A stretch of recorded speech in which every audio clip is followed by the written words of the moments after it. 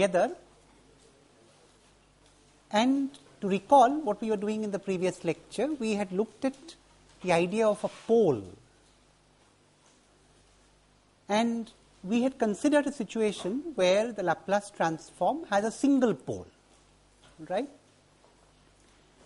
Now we will take further the situation where the Laplace transform has a single pole, or where the Z transform has a single pole, but we will take it further after we derive a property of both the Laplace transform and the Z transform. The idea was, we decided we would look at the properties together, because a lot of us have experience in using the Laplace transform, but not the Z transform, and it is helpful to look at the two transforms in a common light. Yes.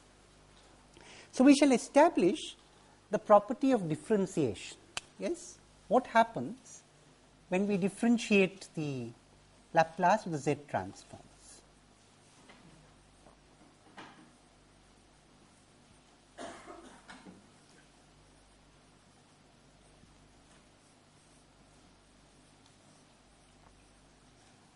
We shall first consider it for the Laplace transform. In fact, this would be a generalization of the corresponding property for the Fourier transform. So let's assume that a certain xt has the Laplace transform capital X of S, which is therefore given by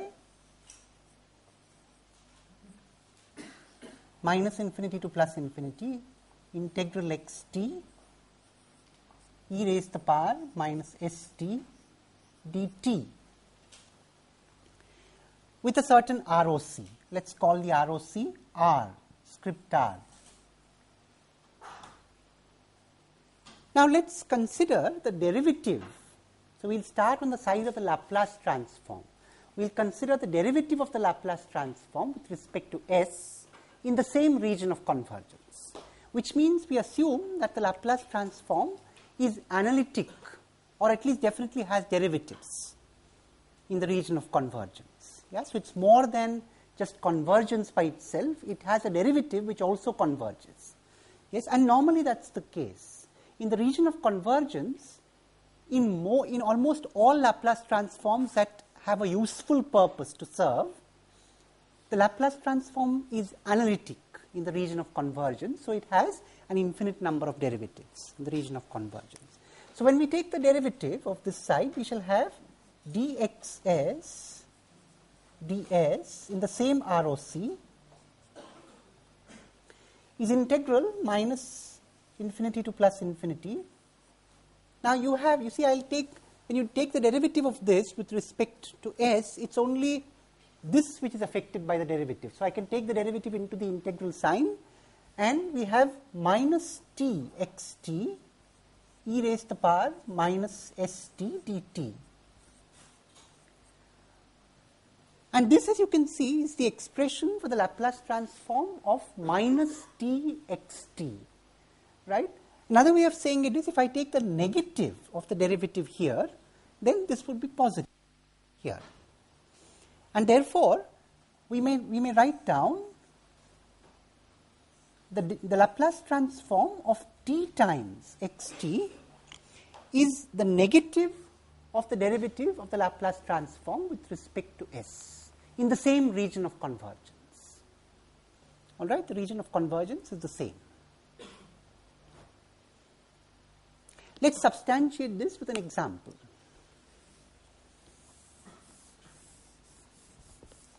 Let us take again the Laplace transform of e raised to the power of 2t, ut that we have been taking as a prototype example. So e raised to the power of 2t ut has a Laplace transform 1 by s minus 2. I have intentionally taken this function as a case where the Fourier transform does not exist, so that we generalize the Laplace transform. So here the region of convergence is real part of s greater than 2. And then we have the negative of the derivative of this with respect to s, which is minus 1 by s minus 2 the whole square, negative of that. So 1 by s minus 2 the whole squared. right, is the Laplace transform of t times e raised to the power 2t ut. Is that right? Yeah. So, Laplace transform of t times e raised to the power of 2t ut is 1 by s minus 2 the whole squared. Now, this brings into evidence the property of multiple poles at the same location. So, when you have more than one pole at the same location, it indicates this kind of a term. For example, you may take the derivative of this again, the negative of the derivative of this again. For example, you may have 2 by s minus 2 the whole cubed, which is the derivative, negative of the derivative of this, and that is a Laplace in the same region of convergence. Same region of convergence. And this is a Laplace transform of t squared e raised to the power of 2t ut. One can generalize this further. Yeah. So, what does it indicate to us? It indicates to us that when we have a multiple pole at a particular location, it corresponds to a term. Suppose the pole is of multiplicity m, where m is a positive integer. It corresponds to a term of the form t raised to the power m minus 1 e raised to the power of at ut, where a is the location of the pole. So, if you have a pole at a, just a pole at a with multiplicity m, it corresponds to a term of the form t raised to the power of m minus 1 e raised to the power of at, well, either ut or u minus t depending on the region of convergence, right. So, one can appropriately choose the term, whether it is the left sided term or the right sided term depending on the region of convergence.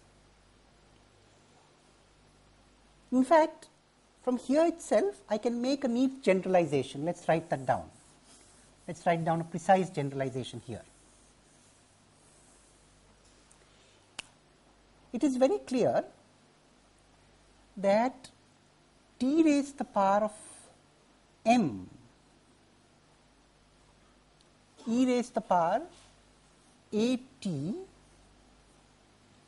ut has the Laplace transform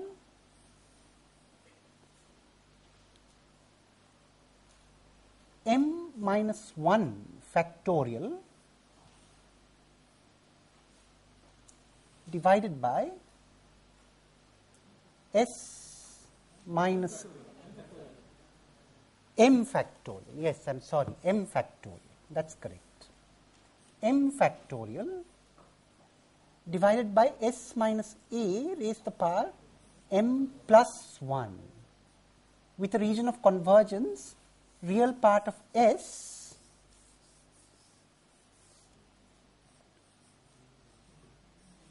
greater than real part of a.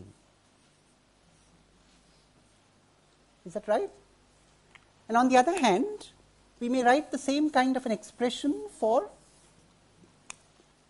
t raised to the power of m e raised to the power of at u minus t. The corresponding Laplace transform is minus m factorial divided by the same expressions, s minus a raised to the power m plus 1, but with a region of convergence, real part of s less than real part of a. Is that right?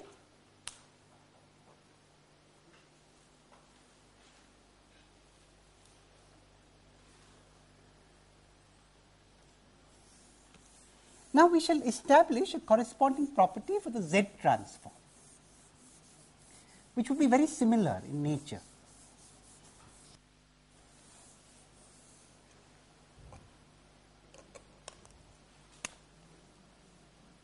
So, for the Z transform, we have Hz. Let us for variety take H as the name of the sequence. Summation on n, Hn, Z raised to the power minus n. Let us take the derivative with respect to Z.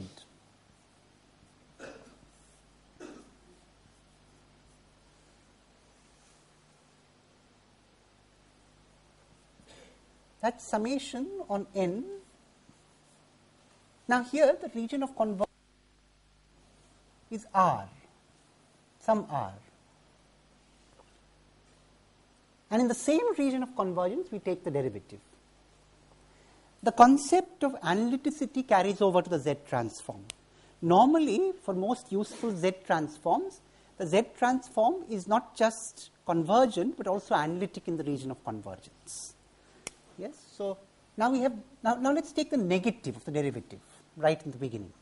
One can see the negative of the derivative here is n times Hn summed with multiplied by Z raised to the power minus n minus 1. Now, we need to do away with this minus 1 here by multiplying both sides by Z. So, we have minus Z times dHz dZ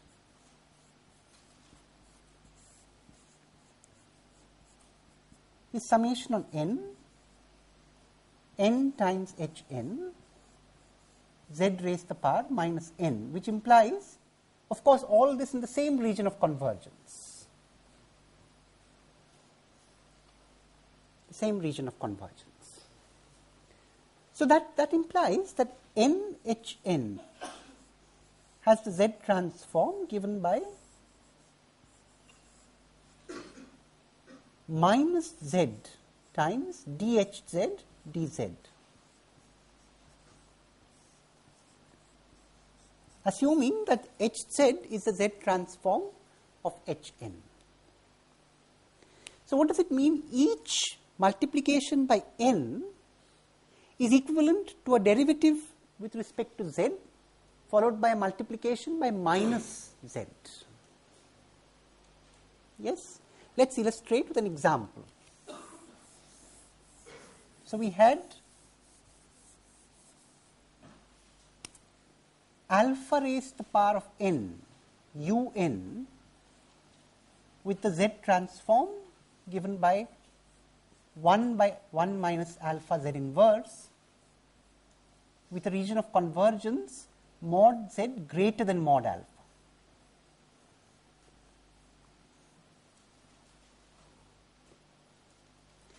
Now, n times alpha raised to the power of n, un, would therefore have the Z transform given by the derivative of this with respect to Z multiplied by minus Z. Now, let us consider the derivative of this with respect to Z. It is minus 1 minus alpha Z inverse raised, in the denominator raised to 2, and then minus derivative of the denominator with respect to Z. So, so we have minus alpha into minus 1 Z raised to the power minus 2. So, alpha Z raised to the power minus 2, and this needs to be multiplied by minus Z, and the region of convergence is the same, mod Z greater than mod alpha. Is that right?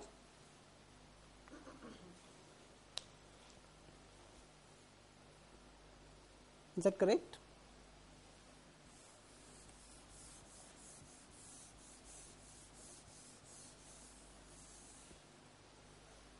So, the derivative with respect to Z multiplied by minus Z. Yeah. So, this becomes clearly alpha Z inverse divided by 1 minus alpha Z inverse the whole squared. And the region of convergence, of course, is mod Z greater than mod alpha.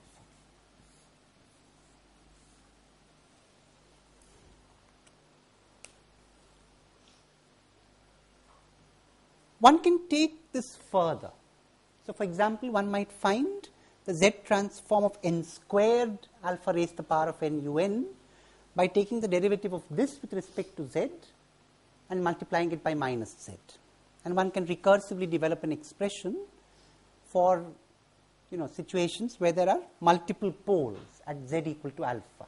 In fact, that operation can be simplified, if you like, by noting that you have a z inverse. Now, you see the derivative of this with respect to z becomes a little more complicated because you have both a numerator and a denominator with z. We shall see in a minute how we can simplify this, right? We can make it a little simpler. So, we can eliminate this z inverse by modifying this expression appropriately. We will do that in a minute. But before that, I would like to remark that just as in the Laplace transform, one can take care of the case of multiple poles at the same location by repeated multiplications by n, appropriately changing the terms, of course. You have to be precise about the relationship. Similarly, one can take care, in the case of the Laplace transform, it was by multiplication by t. Here, it turns out to be multiplication by n. So, there is a very similar kind of behavior. It is multiplication by the time index. So, there is a correspondence in both cases, in the Laplace transform and also in the z transform, between a multiplication by the time variable, the independent variable on which the signal is defined, and a differentiation with respect to the Laplace variable, yes, or the z variable, the transform variable. Right? Of course, there are certain constants, there are some additional minor operations, but that broad relationship still holds in both the domains. Yes. So, I encourage you to carry this further and inductively develop an expression for the z transform of n raised to the power of n or n raised to the power of m, alpha raised to the power of n un.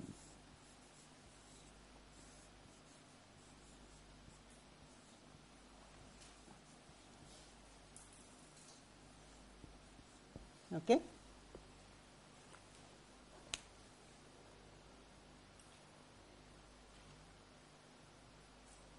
Of course, if we take the same expression, but with this region of convergence,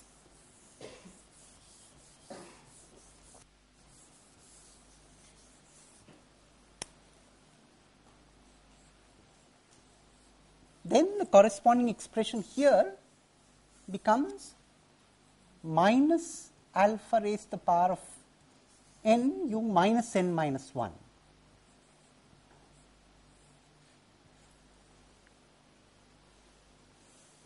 And then, of course, multiplications by n would give you the same expression, but the region of convergence would appropriately be modified. Right? So, the corresponding same expressions for the derivative, which I had here, would be carried over. For example, alpha z inverse divided by 1 minus alpha z inverse, the whole squared, but with the region of convergence mod z less than mod alpha would give you the sequence, or would correspond to the sequence n minus n times alpha raised to the power of n u minus n minus 1. Yeah, and one can, so one can carry out the derivative further and establish the z transform of n raised to the power of m alpha raised to the power of n u minus n minus 1 and so on. That can be carried further. Yeah. Anyway, so this explains to us the role of multiple poles. Now, the remark that I would like to make is as follows. Whether in the Laplace domain or in the z domain, whether or not you have a single pole, each pole has a contribution which corresponds to an exponential term, right? So, in the Laplace domain, let us focus our attention on a particular pole at s equal to s0. Okay. A pole at s equal to s0 contributes a term of the form e raised to the power s0t, definitely. But depending on the multiplicity, it also has a polynomial in t.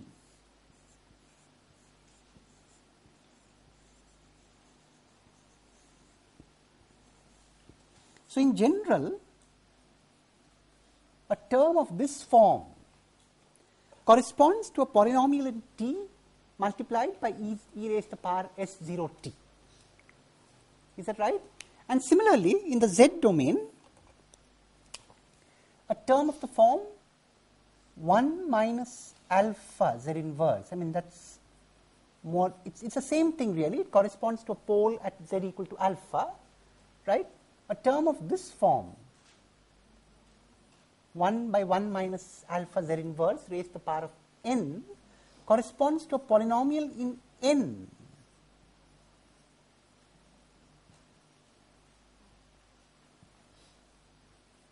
multiplied by alpha raised to the power of n.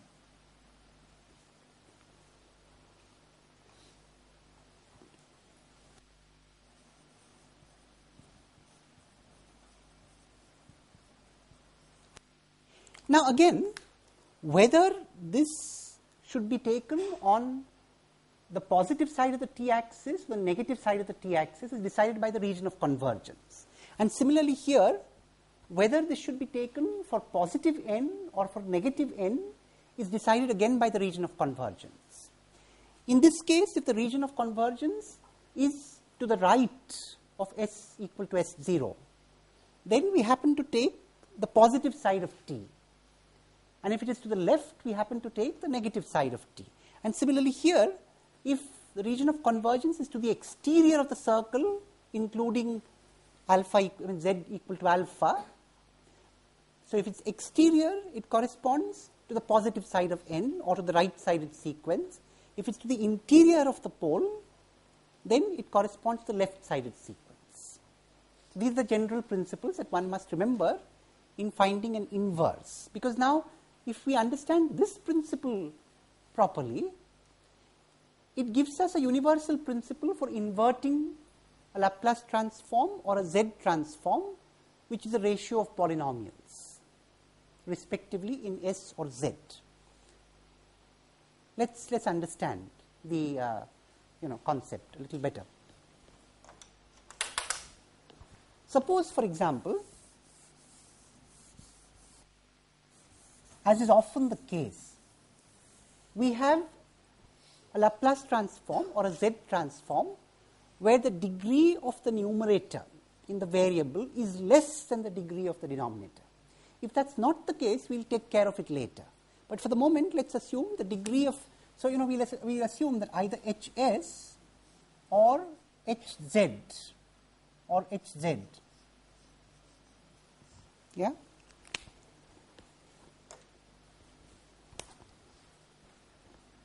is of the form nz by dz, or sorry, ns by ds here,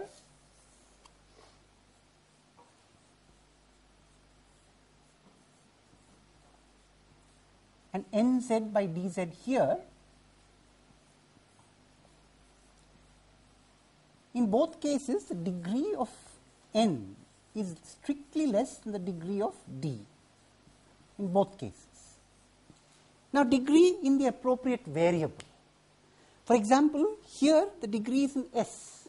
Here, depending on, now normally we write the Z transform as a function of Z inverse. So it is often convenient to think of this as degree in Z inverse rather than degree in Z. Now, they are not the same thing. You see, for example, alpha Z inverse, it can happen that the degree in Z inverse of the numerator might be less than the degree in Z, right? But the other way may not be true. For example, 1 by 1 minus alpha Z inverse has the same degree in the numerator and denominator in Z, but it has one less degree in the numerator than the denominator in Z inverse. But we shall prefer in the beginning to think of this as degree in Z inverse here, because we are accustomed to using Z inverse. If this be the case, then we can expand either of these expressions as a partial fraction expansion with respect to the poles. So, yeah, so partial fraction expansion can be made.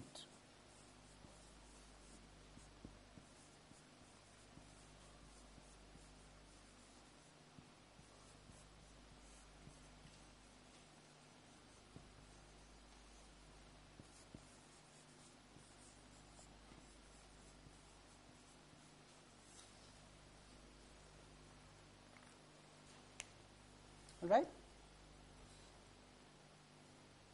Now, we will make the partial fraction expansion in the following way. We will make it as, we will make it in terms of, now see, the problem comes in the partial fraction expansion, the problem comes when you have multiple poles, right. When you have a single pole, there is no problem, because you have a single term in the partial fraction expansion. In the case of the Laplace transform, that single term will be of the form some a divided by, say, s minus s0, if it is a simple pole, if it is a single pole at s equal to s0. In the case of the Z transform, it might be of the form b by 1 minus alpha Z inverse. That is no problem. But if there are multiple poles, then we have a choice of how to write the term in the partial fraction expansion corresponding to multiple poles. We shall choose to write the term as follows. So, suppose we have a multiple pole. In both cases, let us assume a multiple pole of the form, here a multiple pole at s equal to s0 of multiplicity, say, n greater than 1. And here again a pole at z equal to alpha of multiplicity n, again greater than 1. In that case, we shall prefer here to write the terms in the form a1 by s minus s0 plus a2 by s minus s0 squared plus and so on up to am by s minus s0 the whole raised to n. And similarly here we shall prefer the expansion in the form b1 by 1 minus alpha z inverse plus b2 by 1 minus alpha z inverse the whole square, and so on and so forth up to bn divided by 1 minus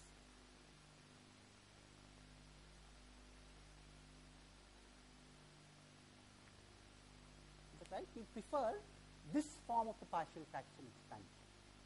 Well, what are the other forms? For example, we may have just one term, in this case, the denominator s minus s0 to the power n, but with a polynomial s in the numerator, that would be n minus 1. That's another alternate form of the partial fraction expansion. But we shall not prefer that form.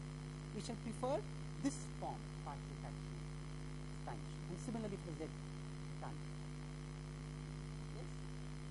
It is very clear why we should prefer this form for the Laplace transform, because we know how to invert each of these terms individually. Right? Of course, needless to say, the region of convergence must be taken into account here. So, for each of these terms, knowing the region of convergence, we know the inverse Laplace transform, and therefore we can construct the inverse Laplace transform of such a rational function. A rational function is one which is a ratio of polynomials. A generalization of the term rational in the context of numbers. A rational number is a number which is a ratio of integers. Similarly, a rational function is a function that can be expressed with the ratio of polynomials in the variable. Right? So, this gives us an approach to invert a rational function in S, provided the degree of the numerator is strictly less than the degree of the denominator in S. Well, if the degree of the numerator is not less than the degree of the denominator, one can first carry out long division, and one can bring down the degree of the numerator. In other words, one can have a quotient and a remainder. And now one can write down the rational function as quotient plus remainder divided by denominator. So, remainder divided by denominator can of course be expressed in this form and treated. The quotient is a polynomial in S.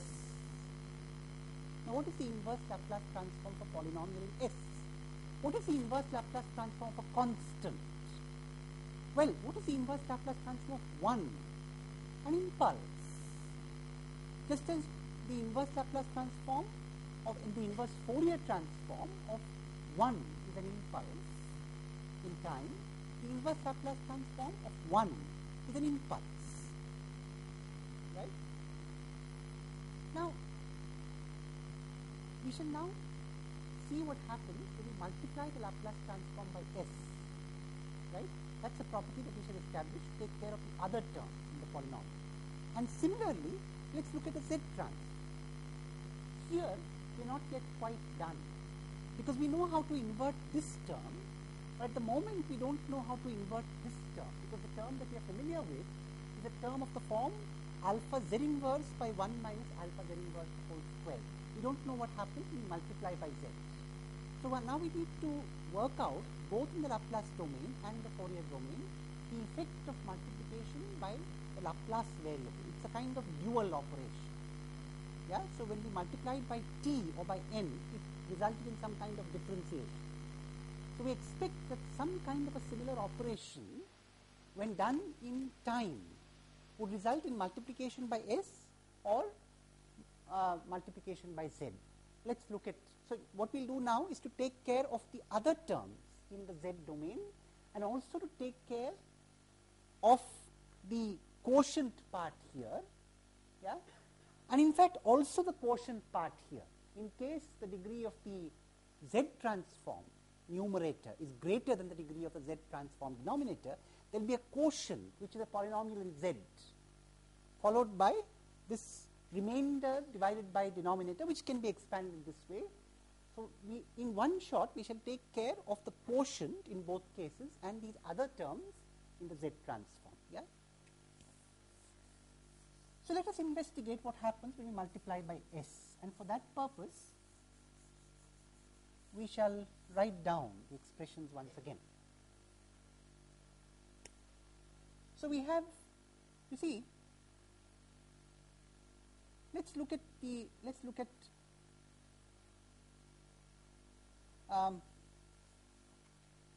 inverse Laplace transform expression.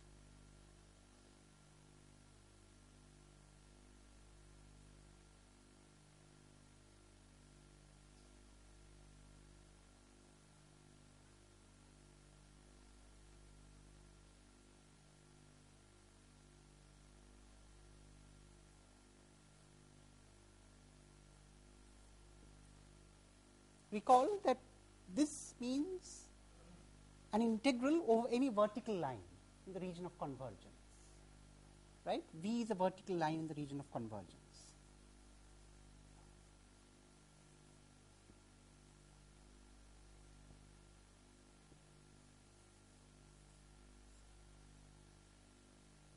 And here let's finish the Laplace transform first.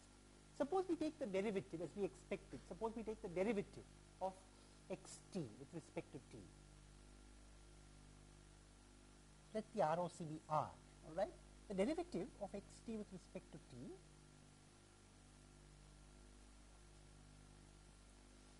would clearly be, now here the derivative operation would act only on this variable, and therefore we would have 1 by 2 pi j integral of the same vertical line s times xs e raised to the power st ds.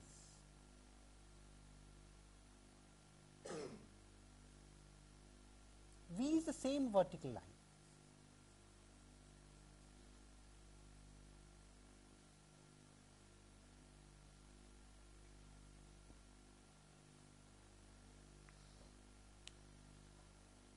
Now, it is very clear that if xs converges, I mean, if xs is analytic in a certain ROC, so is s times xs. In fact, s times xs might expand in its scope. Yeah? So, in fact, we can certainly choose the same ROC here. And now we can interpret this again as a Laplace transform relationship. This says the Laplace transform of the derivative of x with respect to t is s times xs by the same token. With the region of convergence at least the same, if not more. Yeah? To take an example, if we take the unit step ut, its Laplace transform is 1 by s with the region of convergence real part of s greater than 0.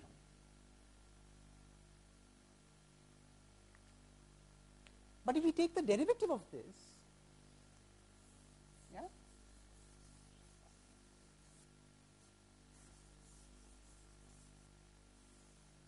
if we take the derivative of this gives us the impulse, unit impulse, whose Laplace transform is 1, but the region of convergence is the entire S plane.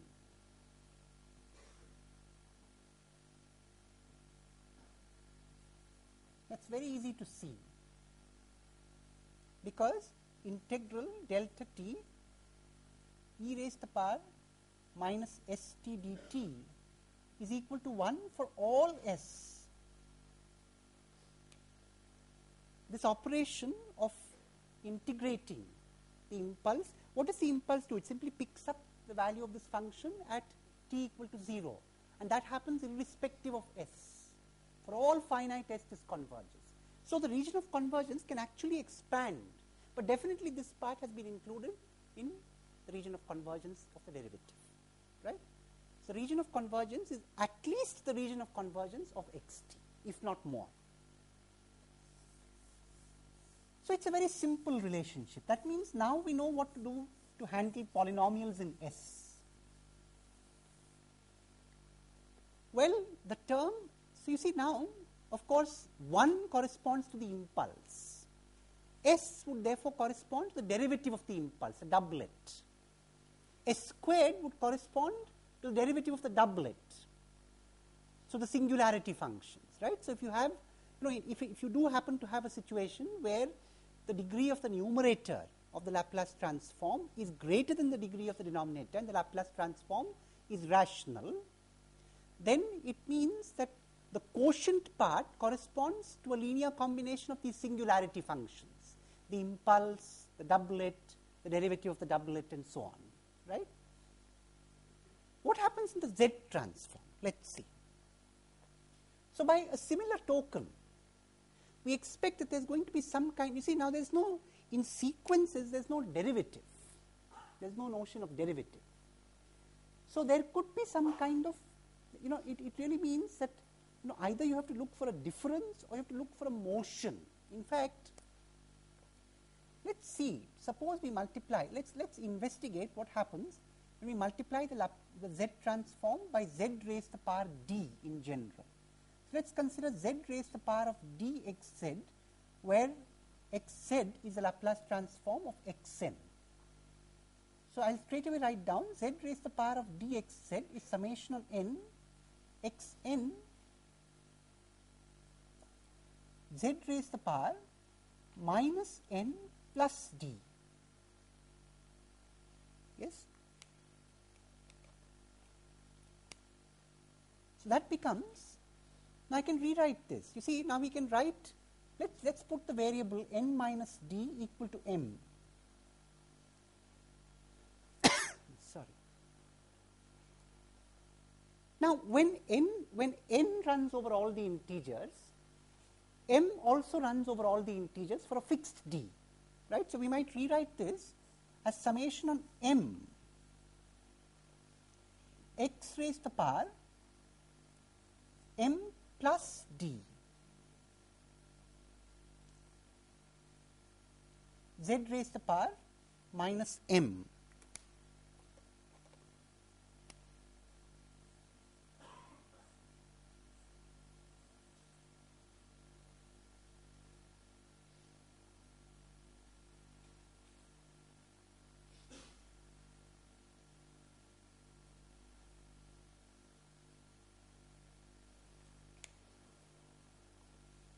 Now we have an interpretation here. This is the Z transform of the sequence shifted backward by d samples, right? So what does it mean? A multiplication of the Z transform by Z raised to the power of d corresponds to shifting the sequence backward by d samples. So, Z transform of x shifted backward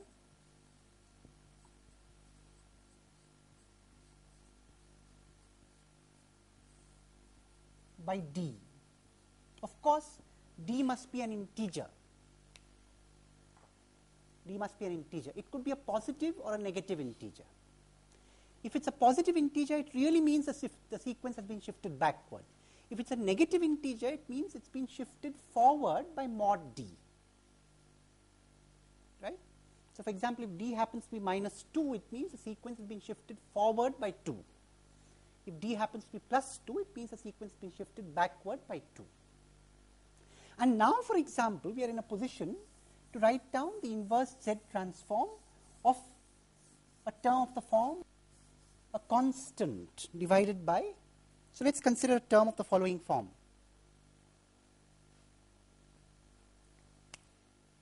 So, we had alpha Z inverse, you see alpha Z inverse divided by 1 minus alpha Z inverse the whole squared.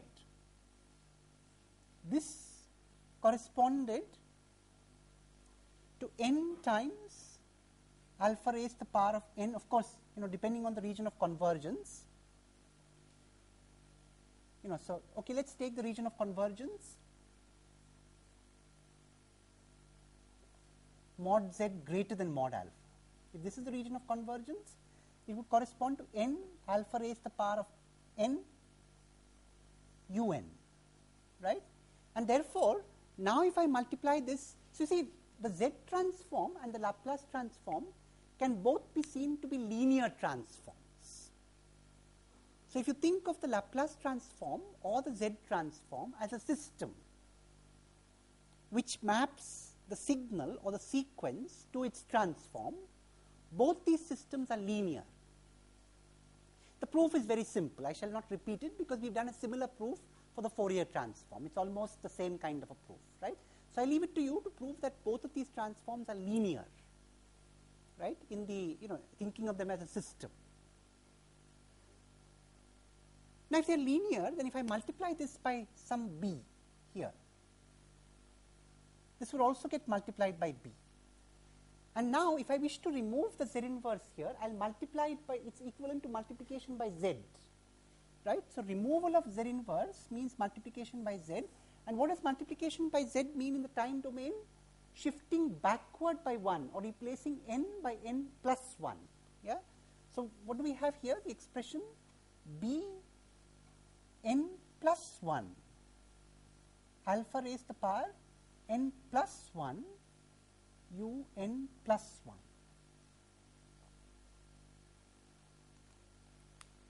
Now, here we can actually simplify this expression. You see, this means that the unit step is also shifted backward by 1.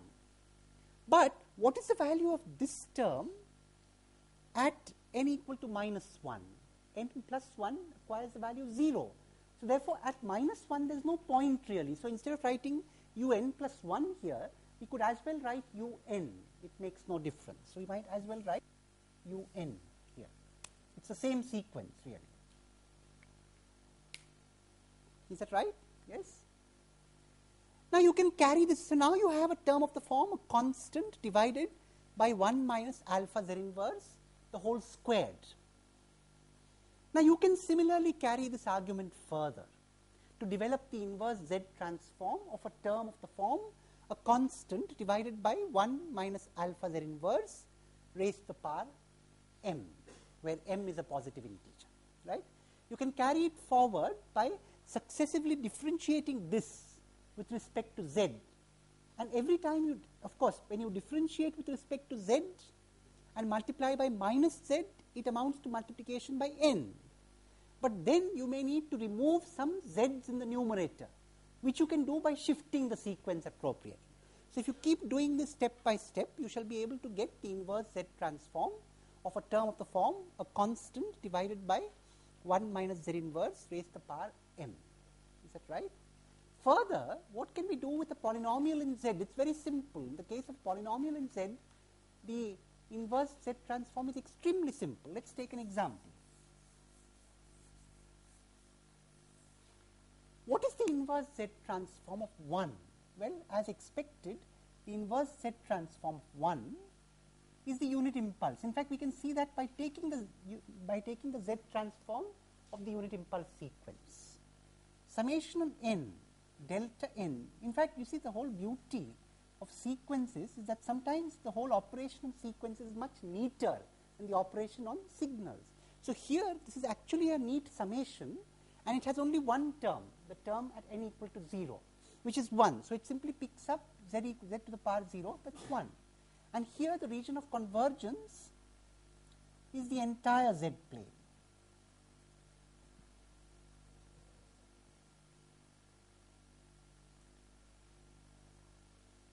Yeah. So therefore, what is the sequence whose Z transform is Z raised to the power of D?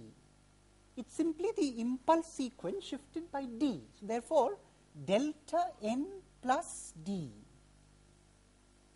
has the Z transform given by Z raised to the power D. We have to be a little careful about the region of convergence. The region of convergence, even in this case, is the entire Z plane except for two possibilities. If D is positive, then we need to exclude the infinity of the Z plane. And if D is negative, then we need to exclude the 0 of the Z plane. So save for this little correction, the region of convergence is the entire Z plane. So here the region of convergence is the entire Z plane, remove 0 if D is negative, and remove the infinity in the Z plane. Infinity is a whole contour in the Z plane, right? In the complex plane, infinity is a contour, not a point. So remove the whole infinity contour if D is positive. With that little correction, one knows the Z transform of this. So now suppose you have a polynomial. For example, suppose you have the following polynomial in Z. Suppose you have 2 plus 3 Z inverse plus say 3Z, or let us say 3 by 4 Z. What is the inverse Z transform of this? Well, I can straight away write down the time sequence. You see,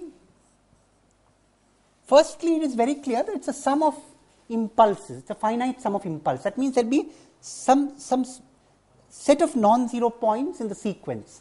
Now this corresponds to an impulse at 0 of strength 2. This corresponds to an impulse at 1 of strength 3. And this corresponds to an impulse at minus 1 of strength 3 by 4. So this is the sequence corresponding to this, right? 3 by 4 at minus 1, 2 at 0, and 3 at 1. Is that right? Each term in the Z, if you have a polynomial in Z or Z inverse, each term corresponds to a point in the sequence. So now we know how to handle the quotient part also for the Z transform. So now we have complete knowledge of how to invert a rational Laplace transform or a rational Z transform. Right? We first take care of the quotient part, and in the remainder divided by denominator, we look at each term and look at the region of convergence with respect to that term. Yeah, it's important. We need to look at the region of convergence with respect to that term. If the region of convergence is to the left of the pole, in the case of the Laplace transform, it gives you a left-sided signal. If it's to the right of the pole, it gives you a right-sided signal. In the Z transform, if it's to the exterior of that pole, then it gives you a right-sided sequence. If it's to the interior of the pole, it gives you the corresponding left-sided sequence. And we know which sequence it gives us because we know the rules that we have just established for taking care of each term with single or multiple poles. With that, then, we come to an end of the discussion today, but we don't end the lecture today. We've had a course presentation. in this course. And in the course presentation, a large number of students presented, large number of groups, about 40 groups from the class presented various themes on signals and systems as applied to everyday life, right, or as applied to practical situations. Now, in general, these presentations were very well appreciated. So, it was felt that the general level of the presentations and the involvement was excellent, in fact quite exceptional. However, even within these 40 presentations, one had to select a few best, and that was done by a combination of various criteria. The main criterion, of course, was the opinions of judges who looked at these presentations carefully and from various angles. Also, the general opinion of the audience was taken and used as a statistical measure. It was not used. It was not used just in terms of numbers, but used as a statistical comparison or confirmation. Yes, and also inputs from other faculty who came to attend the presentation and who have taught the subject at other places. And now I shall announce the results of the presentations, and I must, before announcing the results, make it very clear that all presentations in the class were well appreciated. Minor differences have put some presentations higher than the others, so one must not take the announcement of the results as a statement of these presentations having been good and the others bad. No, it's just that some presentations were adjudged to be the best among these, and among these best, again, we shall select 3 or 4 which I shall mention, which we shall actually record in some of the lectures, right, in one of the subsequent lectures. So don't be too elated if your presentation is among the best, right. It doesn't mean that you're far superior to the class. On the other hand, don't be too disappointed if your presentation doesn't figure among the best. It does not mean that your presentation was not good. It's just that there was a very stiff competition and somebody had to be first, somebody had not to be first. So then, now I shall request the people who have been declared the best to occupy seats in the front. So then we shall have a little distribution of certificates quickly. So so as not to waste time, we shall request them to come so that they are easily accessible in the front. Rearrange themselves in that way. And I shall also request one of our senior faculty to give away the awards later after I announce the results. So now let me first announce the results so that people can rearrange themselves. Now the following presentations were marked as exceptional, which shall be recorded. Not in merit order. These are just, these are all in groups. So don't take them in merit order. I'm just calling out the list. The first one is the Predator Prey System by Hari Suman and Lakshmikant Vyas. The second is BPSK Modulation by Shakti Prakash and Bikramjit. The third is an Economic Analysis based on Signals and Systems by Harshad Kasturi and Paritosh. The fourth is Signal Processing based on the Ear Model by Dheeraj. And the fifth is Skeletal Muscle and Modeling by Rahul Pratap Singh. Among, again, the best, that is, these were judged among the best. But these are the ones which I have announced so far are the ones that we shall record.